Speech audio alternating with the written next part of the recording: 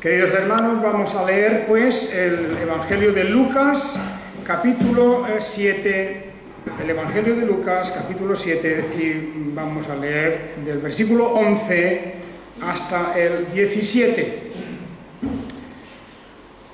Un poco después aconteció que fue a una ciudad llamada Naín, e iban con él sus discípulos y una gran multitud. Y cuando se acercó a la puerta de la ciudad, he aquí estaban sacando a enterrar a un difunto, hijo único de su madre, siendo ella misma viuda, y una gran multitud de la ciudad estaba con ella. Al verla, el Señor fue movido a compasión a causa de ella y le dijo: no llores. Y acercándose, agarró el féretro, de manera que los que lo llevaban se detuvieron, y dijo: joven, a ti te digo, levántate. Y el muerto se incorporó y comenzó a hablar, y lo entregó a su madre. Y un gran temor los sobrecogió, y glorificaban a Dios diciendo: un gran profeta se ha levantado entre nosotros, y Dios ha visitado a su pueblo. Y su fama se extendió por toda Judea y por toda la región circunvecina. Amén. El Señor añada pues añada la bendición a su santa palabra, y vamos a entrar enseguida, queridos hermanos, pues en el comentario de este pasaje, que es siguiendo la línea de aquellos milagros y de aquellas obras portentosas que hace el Señor con un propósito, indudablemente que con un propósito siempre. Lo primero que hemos de recordar en este pasaje es que no es un pasaje donde se destaca la fe de una de estas personas necesitadas y angustiadas.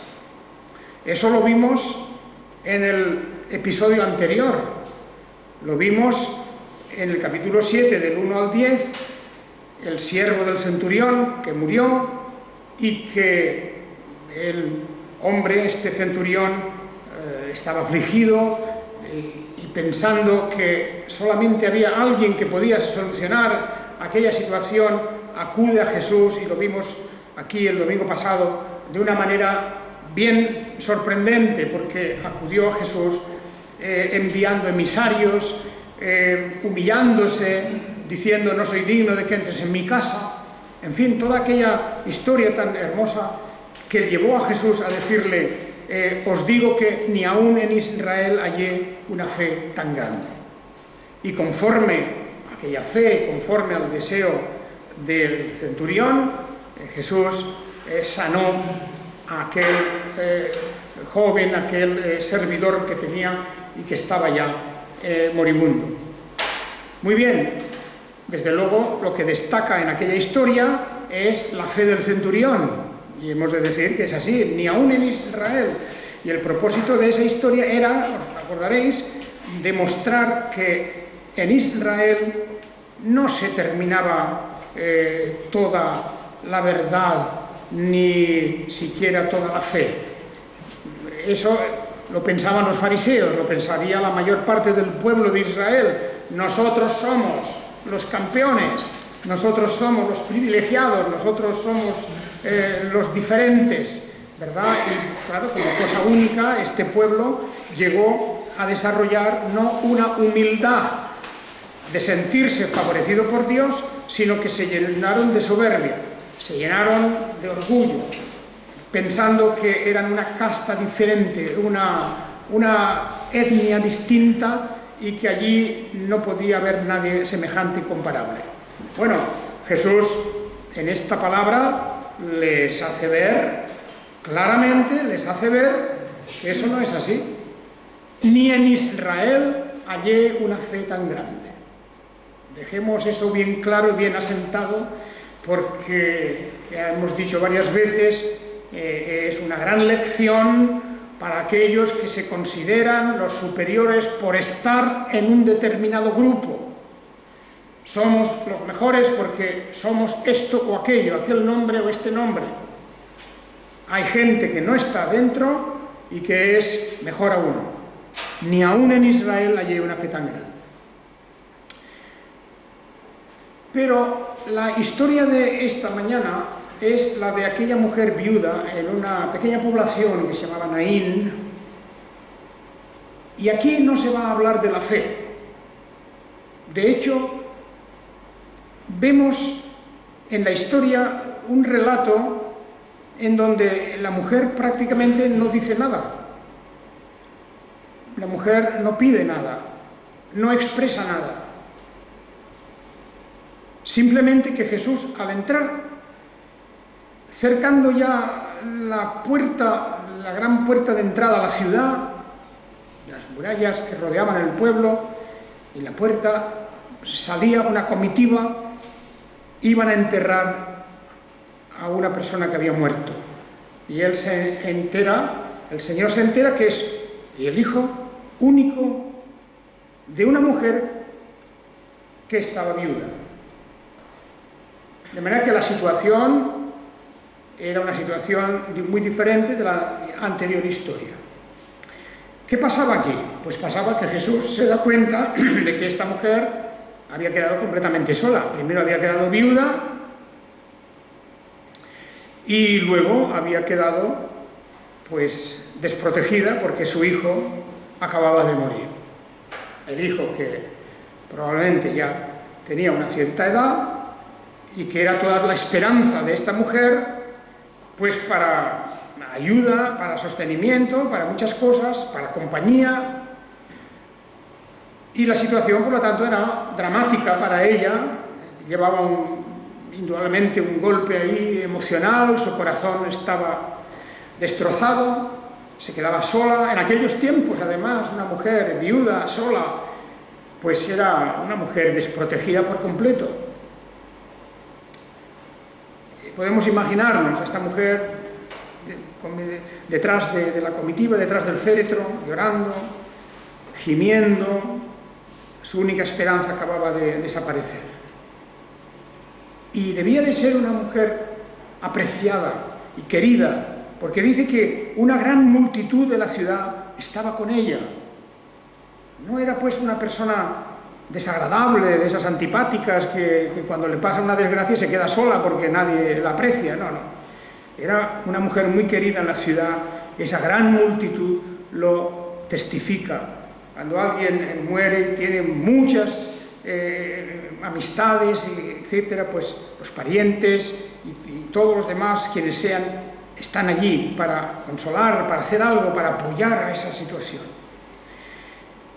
Y entonces, antes de que la mujer dijera nada, expresara nada, vemos ahí en el versículo 13 como dice: al verla,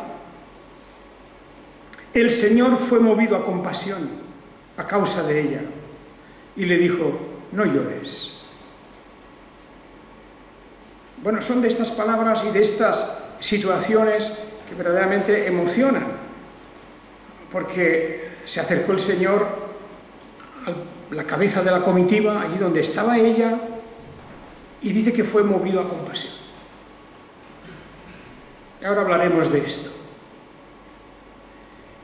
Pero fijaos también esto que le dice: no llores. Bueno, es fácil, ¿verdad?, decirle a una persona no llores cuando está así.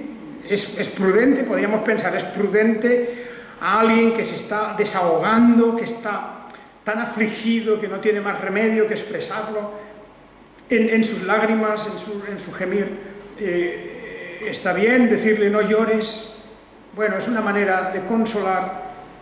Es una manera de consolar como preparando a la persona para decir: no llores porque tu desgracia tiene remedio. No llores porque yo te puedo dar una consolación. No llores. No debe terminar siempre nuestra historia en una derrota, no tiene que terminar siempre en una desgracia irreparable, porque incluso supongamos que aunque el Señor no hubiera hecho más que acercarse a ella y decirle esto, ya con sus palabras, no llores, es una manera de decirle, hay esperanza incluso después de la muerte. La muerte de un creyente, la muerte de alguien que está en el pueblo de Dios, es una muerte diferente. Es una muerte diferente. El apóstol San Pablo habla de esto también, cuando nos dice que, claro, en cuanto a los que durmieron, no hagáis lo mismo que los que no tienen esperanza. Porque cuando no hay ninguna esperanza, cuando no hay ninguna visión de lo que va a ser el destino eterno de una persona, pues claro, la gente llora, llora y llora porque, bueno, es la separación definitiva, piensan muchos, y no piensan, la inmensa mayoría de las gentes delante de la muerte no piensa en algo más allá, y no piensan en algo como la salvación o la gloria eterna, no suelen pensar en eso, y por eso la muerte impone a la gente un espanto, incluso la gente que dice, yo no tengo miedo a la muerte. Eso se oye y lo leemos muchas veces, artistas famosos, gente, sobre todo gente cuando les hacen entrevistas. Esto es algo casi general. ¿Os habéis dado cuenta? ¿Os habéis fijado? Yo siempre me fijo en eso, porque es muy curioso. Hay muchas personas de estas que blasonan de que yo no tengo miedo a la muerte. Bueno, no me lo creo, sinceramente, no me lo creo. Claro que tienen miedo a la muerte. Pero mientras están vivos se puede desafiar a la muerte. Claro, mientras uno está vivo se puede desafiar. En el último momento, hasta esas personas más arrojadas y más envalentonadas, si están conscientes, reconocen que hay ahí algo que no se esperaban: la muerte. Bueno, la muerte, por lo tanto, está aquí planeando en toda esta historia. Es una separación, la mujer se quedaba sin su hijo. Claro, la tristeza y el dolor y la impresión que le había causado todo aquello era terrible y no podía evitarlo, tenía que llorar. Pero para una persona dentro del pueblo de Dios, esa muerte tiene que significar otra cosa.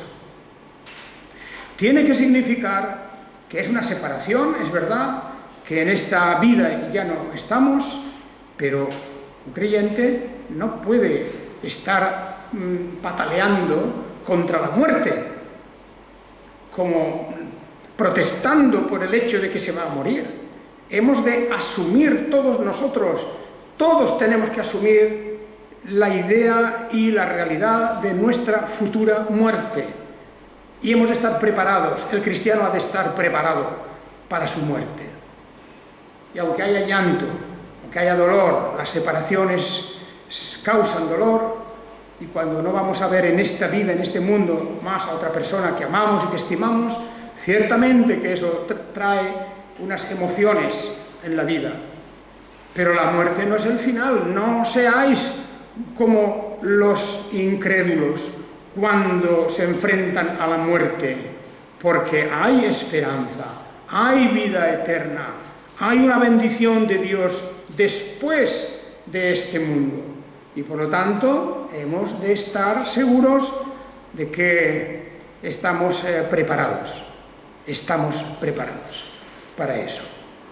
Bueno, por lo tanto, el apóstol, como recordaréis, escribió a los Corintios en la primera carta, en aquel capítulo 15 tan famoso, sobre la resurrección de los muertos.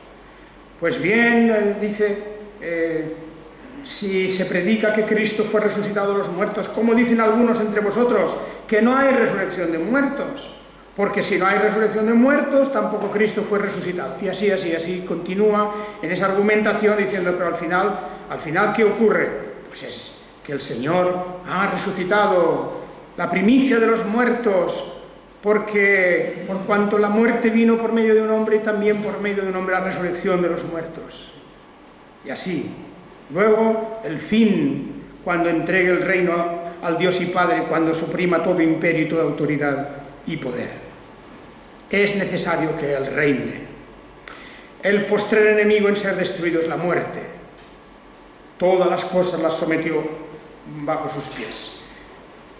Con esas instrucciones, con ese conocimiento de que el Señor triunfa sobre la muerte y que hay un futuro después de la muerte, el cristiano ha de andar en la confianza en la resurrección. ¿Que la muerte impresiona? Claro que sí. ¿A quién no le va a impresionar? ¿Que ese trance es un trance que solamente se pasa una vez y como es desconocido, pues trae a nuestra mente, a nuestras emociones cosas muy extrañas? Claro que sí. Pero el cristiano ha de entender y ha de vivir preparándose para el día de su muerte. Y esto es importante. Tenemos que estar preparados para el día de nuestra muerte. Y aquí esta mujer, esta viuda, lo estaba viviendo muy cerca, porque su marido había muerto y su hijo también había muerto. Y ahora ya solo quedaba ella. Pronto le iba a tocar a ella. Está escrito, esto está escrito para todos los seres humanos, que es la muerte y después el juicio. Pero el Señor Jesús se fue hacia ella y él había visto muchas escenas parecidas y las iba a ver después. La muerte de alguna persona querida. Marta y María perdieron a su hermano Lázaro. Y así como este caso, antes hemos visto lo de aquel joven a punto de morir, aquel mozo a punto de morir casi. Y el Señor, unas veces, porque en el caso del centurión había visto la fe y tuvo a bien honrar la fe como no la había visto en todo Israel. Y en otros casos, no por la fe de esta mujer, de esta viuda, porque aquí no se habla de nada sobre la fe de la viuda, ni siquiera de que ella le pidiera algo. No es uno de esos casos, en que la persona afectada corre hacia Jesús y diciéndole: Señor, haz algo por mí. Hubieron ciegos, hubieron leprosos, hubieron sordos, que corrieron hacia Jesús pidiéndole: Señor, haz algo.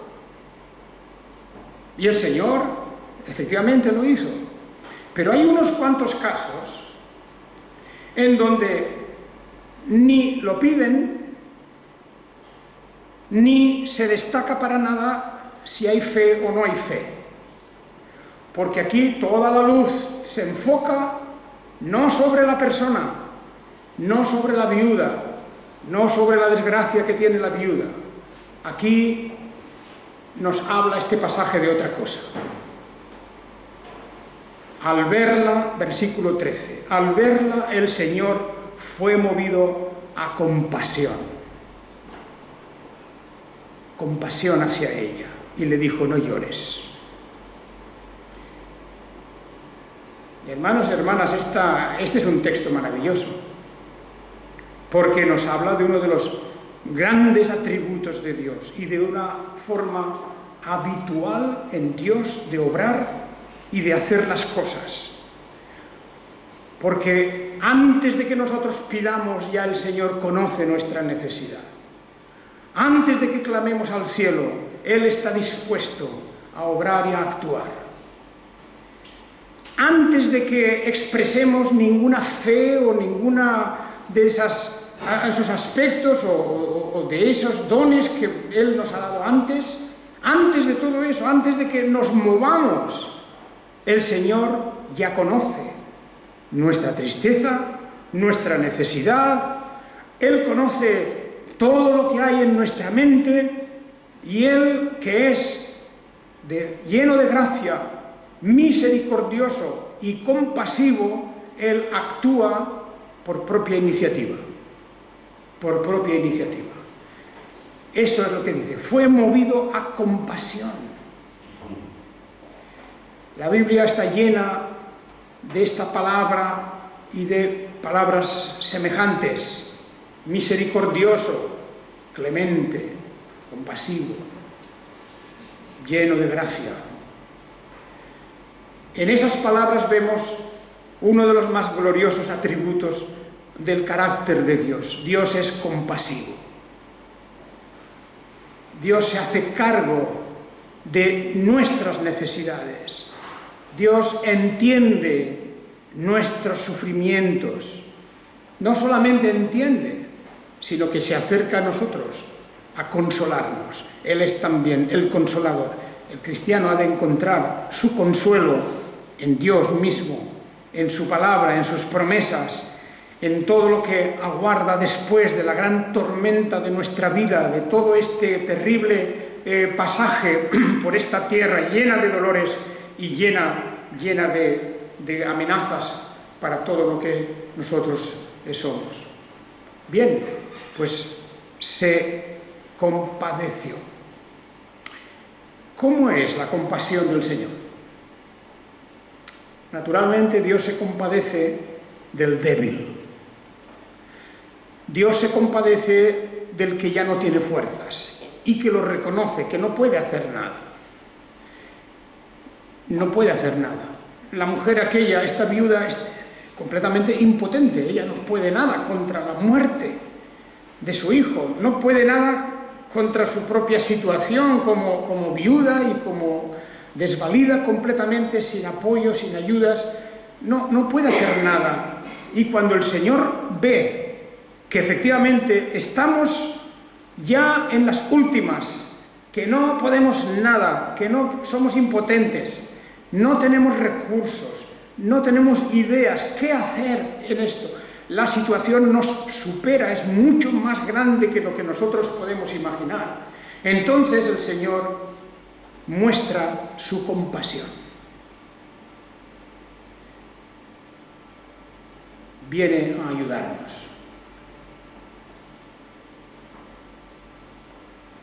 Aquí, en este caso, ya digo, no se menciona la fe, no se menciona ningún clamor, ninguna petición de esta mujer.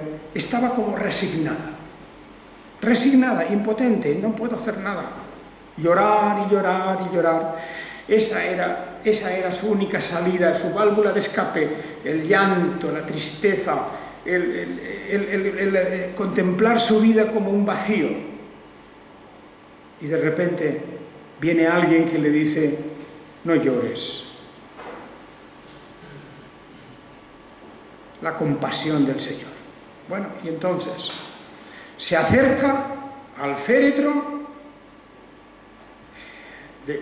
y, como dice aquí, lo agarró con fuerza, porque los que lo llevaban se tuvieron que parar. Cogió el féretro y lo paró, como diciendo: alto. Y los hombres que llevaban el féretro se tuvieron que detener y, sin más preámbulos, sin ninguna explicación, Jesús le dice: joven, a ti te digo, levántate. Como cuando a Lázaro le dijo: sal fuera, Lázaro. Como en otras ocasiones, Él resucita a otras personas que han muerto. Levántate. Y el muerto se incorporó y comenzó a hablar. Y Jesús lo entregó a su madre. Naturalmente que todo eso se desarrolla en un momento, en un instante, no hay ceremonias especiales, no hay ni siquiera unción con algún aceite, ni nada de nada, simplemente la palabra de Dios, la autoridad de su palabra que dice: joven, levántate. Así, porque ya sabemos que el poder de la palabra es el poder de la creación del universo, que Dios, con su palabra, de la nada creó todas las cosas que se ve, con su palabra, con la fuerza y el poder de esa palabra.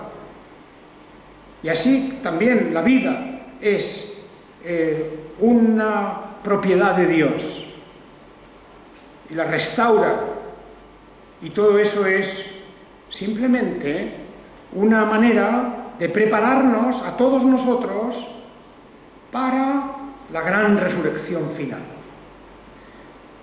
Claro, porque esta resurrección y la resurrección de Lázaro y otras más que hay en las Escrituras, ¿os acordáis de aquella muchacha que había muerto también? ¿Verdad? Cuyos padres estaban desolados, aquella muchacha, El Señor se acercó a aquella y le dijo: Talita cumi. Muchacha, levántate. Igual, las mismas palabras que aquí. Levántate, joven.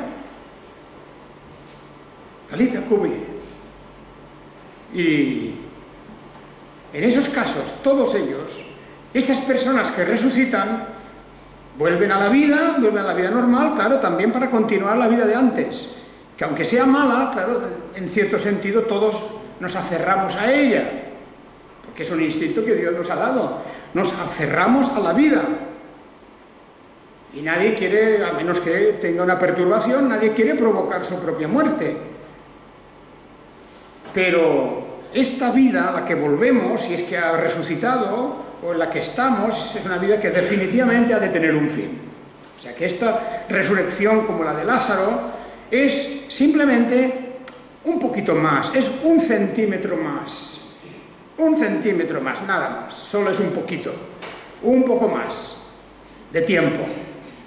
Pero al final, la muerte real, definitiva, irreversible, llega. Y para la inmensa mayoría de toda la humanidad, la muerte es definitiva en la primera vez. Pero para el creyente, el cristiano, hay una esperanza, hay una real y verdadera esperanza.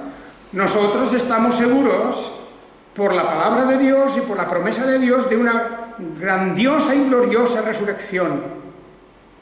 Los muertos resucitarán, y una resurrección para vida, para tener por fin el disfrute de todas las promesas de Dios. Así que en este pasaje tenemos un aviso. Primero, Dios es compasivo, el Señor es compasivo. Conoce nuestras aflicciones, nos da la consolación de su palabra, de sus promesas. La persona que ha avanzado y madurado en la fe sabe que dentro de sus aflicciones el Señor está cerca de ella. Y eso tiene que ser un gran apoyo en nuestra vida, una realidad.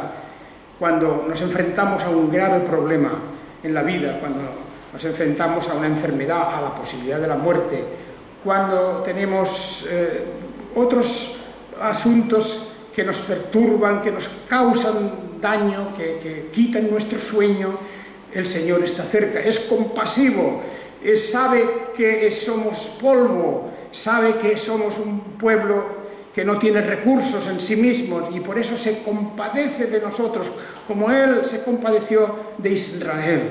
Tantas veces se compadeció de Israel. Tuvo muchas ocasiones y muchas razones y causas para abandonar a aquel pueblo, para dejarlos, porque fue un pueblo que no se comportó bien con Él, que no hizo caso de sus mandamientos, que se comportaron de manera ruin los unos con los otros. Pero aún así, antes de destruir a aquel pueblo o abandonarlo, el Señor se compadeció, tuvo compasión. Y lo compara a veces, aquel pueblo lo compara a veces como un pequeño gusano. Un gusano, tú, gusano, Israel, es un gusano, un gusanito pequeño. Cualquiera puede pasar por encima y aplastarlo sin darse cuenta, sin querer incluso. Pues el Señor se compadece de nosotros, es compasivo. Sus buenos sentimientos no responde a nuestras infidelidades, no responde a nuestros pecados, no responde a nuestro desagradecimiento, no responde como merecemos, sino que mira nuestro dolor también y mira nuestra aflicción y se compadece de ella. Bien, ciertamente que esto es algo para que lo asumamos nosotros y en ello creamos. Pero lo cierto es que aquí hay una gran lección para nuestra esperanza después de la muerte, porque este joven resucitó. Pero, claro, volvió a morir. Yo no sé si estuviera en vuestra mano el que vuestra muerte ocurriera y dijerais, Señor, cuando yo muera, resucítame otra vez. Resucítame otra vez. No sé si alguien lo pediría, porque claro, eso de pedirlo nosotros sería un poco raro, un poco extraño, ¿no? Si morimos, tenemos la puerta del reino de los cielos ahí abierta, donde no hay llanto, donde no hay dolor, donde no hay el mal, el pecado, ni nada. Y si morimos, ¿vamos a dejar de entrar por esa puerta? Preferiríamos decir al Señor, Señor, devuélveme a la vida otra vez. Pero hombre, ¿cómo puedes decir eso? ¿Cómo vas a volver a la vida? ¿Otra vez a los problemas de esta vida?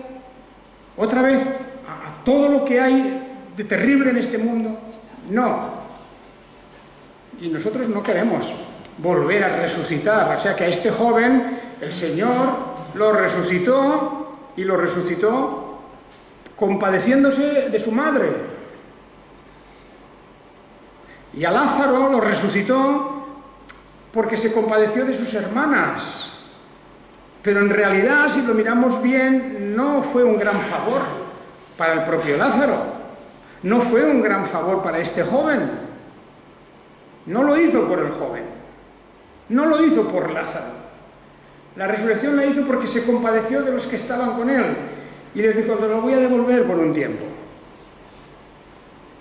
Pero nuestra esperanza no está en resucitar para vivir unos cuantos años más. Nuestra esperanza está puesta en, sí, nuestra muerte y nuestra resurrección final en el reino de los cielos. Bien, hermanos, pues aquí terminamos. Esto es la lección de la viuda de Naín. El Señor es compasivo. Y su compasión fue hacia la madre, hacia la viuda. No era hacia el hijo único. Porque el que está muerto y es creyente, ya está bien. Pero la madre quedaba allí, para muchos años seguramente, desprotegida, desvalida, por lo tanto, se compadeció de su llanto.